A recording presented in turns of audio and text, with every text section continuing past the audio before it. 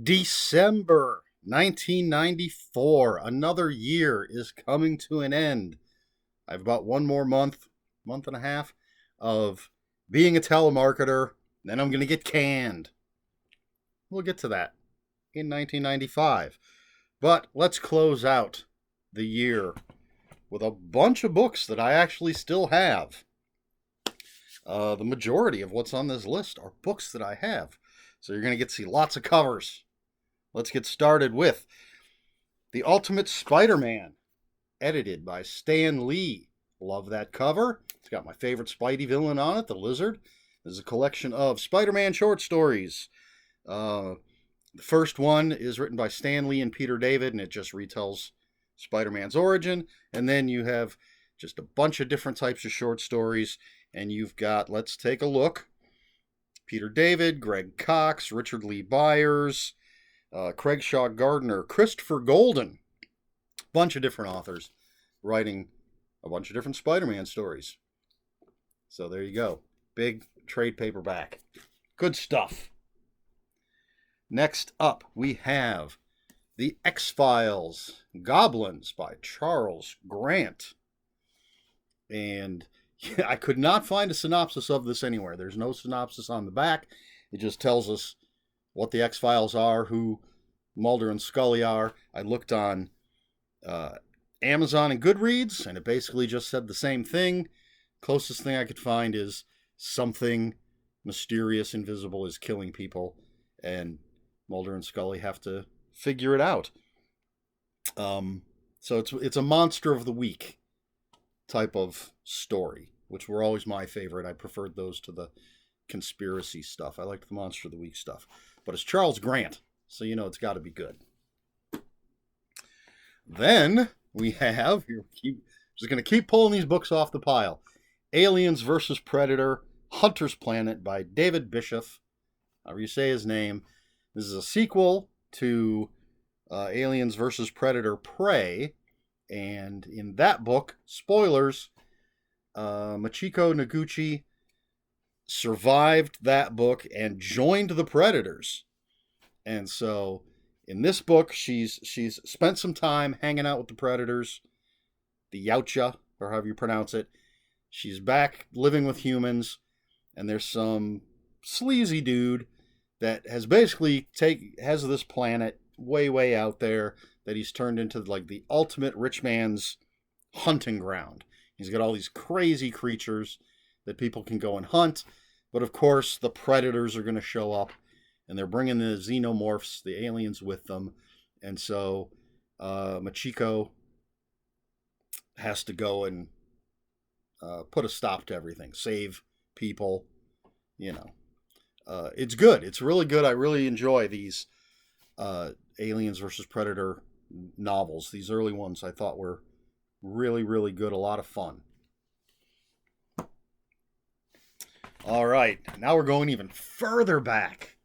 This is, I'm going to take a quick look here at the copyright page. This is 1978. And this is The Amazing Spider-Man Mayhem in Manhattan. This is Spider-Man's first full-length novel. And it's by Len Wein and Marv Wolfman. And a guy falls off of out of a building, sky-high window. Was he pushed? Did he jump? J. Jonah Jameson wants Spider-Man to take the blame. Spidey gets involved in all sorts of shenanigans. Doc Ock shows up. It's a very relatively simply written, but fun Spider-Man adventure. And his first full-length novel. I followed that with... here we go. Captain America Mayhem. No, I just did that one. Holocaust for Hire. And this one is by Joseph Silva. This is not Captain America's first full-length novel. I have that on a shelf right over there. That's like from way back in the day. This is another one from the 70s. 79. You can see Marvel Novel Series number 4. I have the whole series. I love these covers. And obviously, Captain America's fighting the Red Skull. And the Red Skull might be causing a thermonuclear war. Again, great, pulpy comic book adventure fun. And then, number 5 in the series, the Fantastic Four, Doomsday by Marv Wolfman, and the Fantastic Four fighting Doctor Doom. Back cover doesn't really tell me much, but I love these covers. And Doctor Doom is my favorite Fantastic Four villain, one of my favorite villains of all time. So, very happy to read a novel where the Fantastic Four are fighting Doctor Doom with such a beautiful cover. They're little tiny, fun, again, pulpy comic book novels. Whew. All right.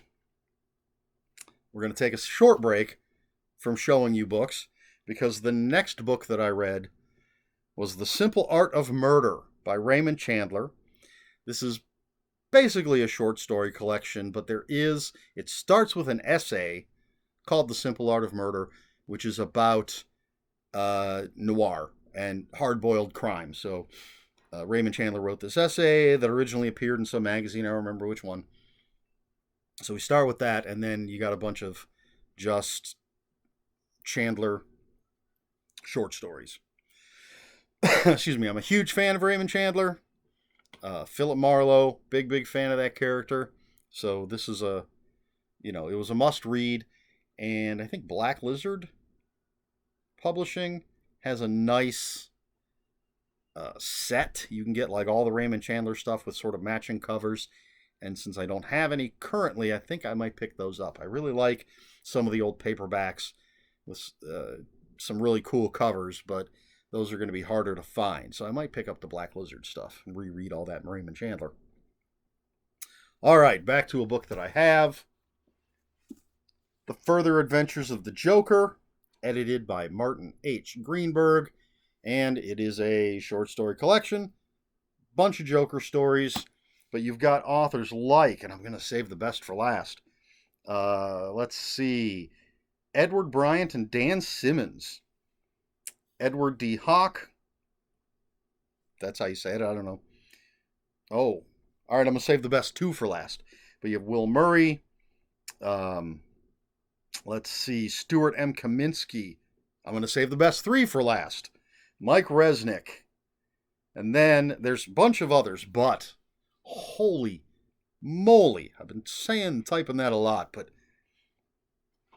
Joe R. Lansdale, Robert R. McCammon, F. Paul Wilson.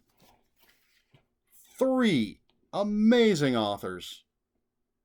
Not that the other guys are, and women, the other people, not that they're slouches, but Joe Lansdale, F. Paul Wilson, Robert R. McCammon with stories in the Further Adventures of the Joker. I love reading stories about bad guys, and the Joker, a lot of people think he's overused. I would agree with that, but I don't mind sitting down and reading some great short stories about the character. All right, that's all the books I have. There's 2 more on this list. So the penultimate book that I read in December of 1994 was It Would Be So Nice If You Weren't Here by Charles Grodin. R.I.P. Loved Charles Grodin. Thought he was hilarious. Had deadpan delivery of his. And this is not just a series of comedic essays and stuff. It is more, I don't know if you'd call it an autobiography or a memoir.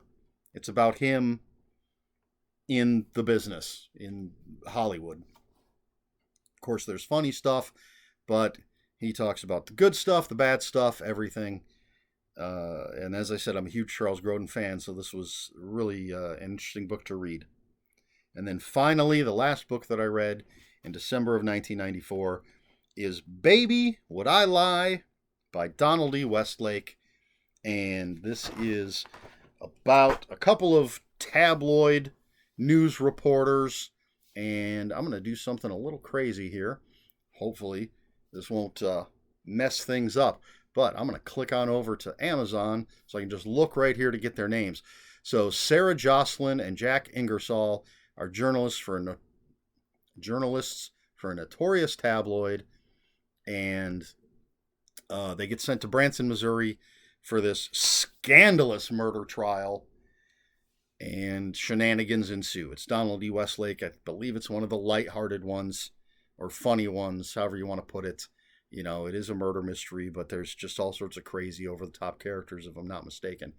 Donald E. Westlake, great writer. Again, R.I.P. And as much as I love his Parker books that he wrote as Richard Stark, I enjoy his Donald E. Westlake stuff, which is where he really he did some serious stuff under that name, but a lot of his lighthearted, if not all of his lighthearted stuff, was as Donald E. Westlake.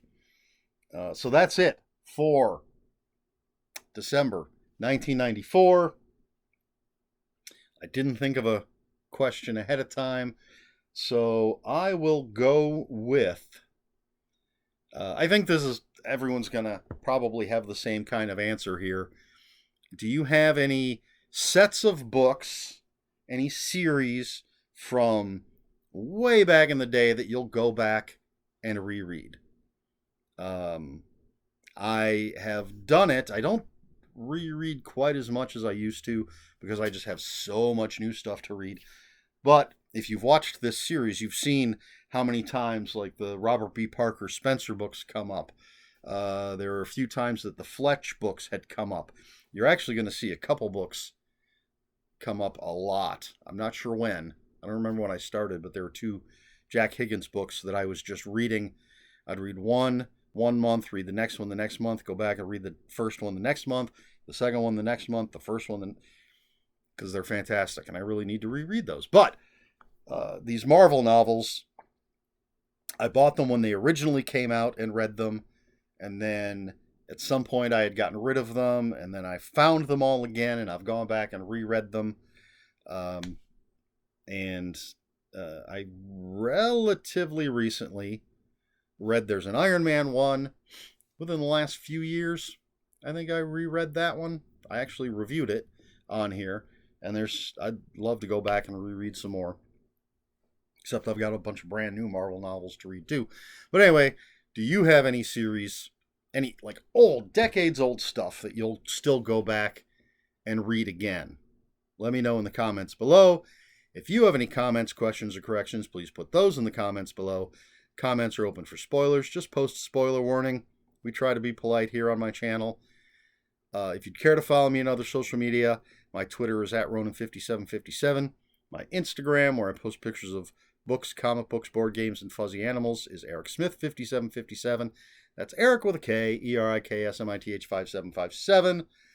That's all I have for you this week. So until next week, read more books. And I forgot I have to move the cursor back up to the stop button because I had moved it down to get that Amazon book description to come up. So here's a little bonus at the end.